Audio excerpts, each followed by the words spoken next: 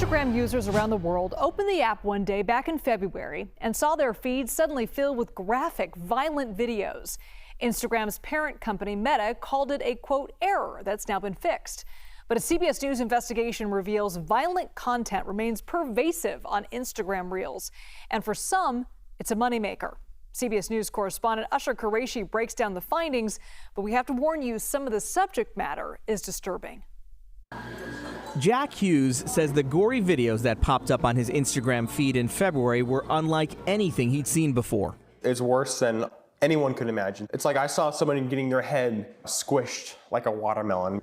Though the 19-year-old from Wisconsin understands algorithms drive his feed, he says the violent videos appeared without warning. Oof. Did you wonder why this stuff was populating your feed?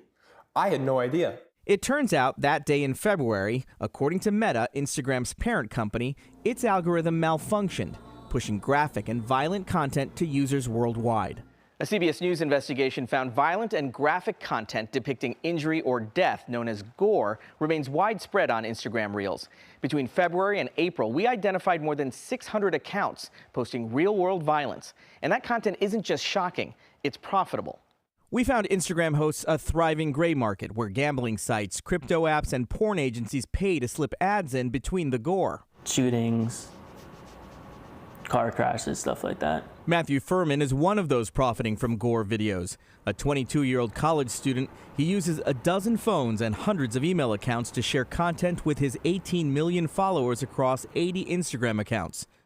On an average month, how many views would some gory, violent content that you post get?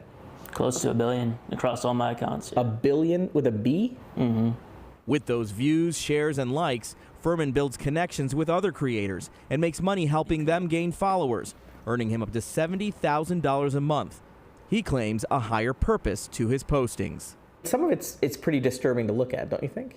Yeah, but it's to raise awareness so people know, like, don't play with guns. So you think it's more educational than voyeuristic? Yeah. Does Meta make money when this type of content gets engagement? 100%. Ravi Iyer is a former Meta executive who oversaw content moderation.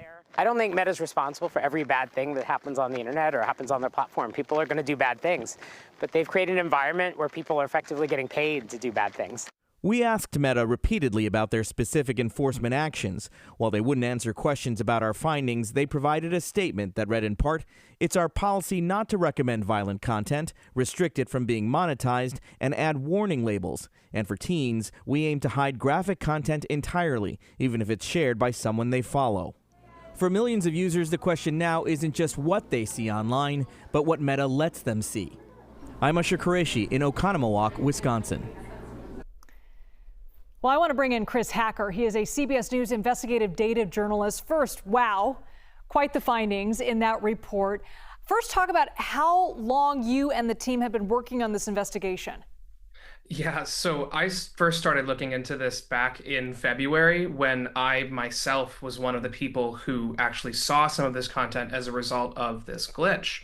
And once that happened, and I was just wondering where the content came from and how it got onto a platform that I think a lot of people that I talk to think is relatively safe. And so we started digging into it and found pretty quickly that there's just a lot of this stuff on the platform. And you can only imagine how harmful it is to somebody's psyche looking at these images and these videos. What's the scale of the problem? How much of this graphic content is actually on Instagram right now? So it's essentially impossible to know the true scale and scope of this problem on Instagram because Meta doesn't give you the ability to do that kind of deep research on their platform. What we did was look at accounts and follow relationships between similar accounts. And eventually, like we said, we were able to count at least 600 accounts that were very explicitly posting this type of content. And but that's just the tip of the iceberg. The true number is likely much higher.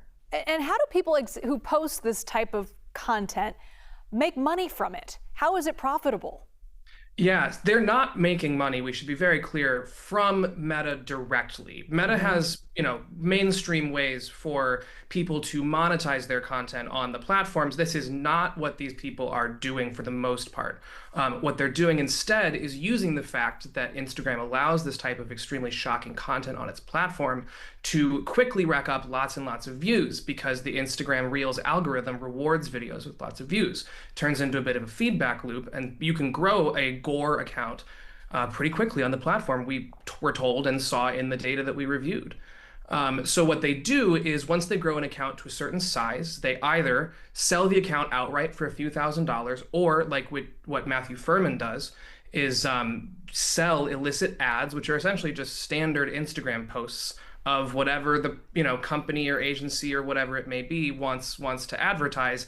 And typically those are companies that can't advertise on Instagram because their businesses violate some policies, typically porn agencies, also gambling companies. And if you do that, if you sell illicit ads, we've been told and have seen screenshots of transactions being made that are in the tens of thousands of dollars. So I just want to clarify, the content creators aren't making money from Meta directly, but Meta is making money from these videos being on their sites. They may not be making money directly off this content being on their sites, but it's certainly keeping people engaged in the platform. And the content creators that we talked to had this understanding that, gore and extreme violence on Instagram is engaging. And, the goals of these platforms is to keep people on the platforms as long as possible. More users, the more money that they eventually make. Chris Hacker, fascinating report there. Thank you so much.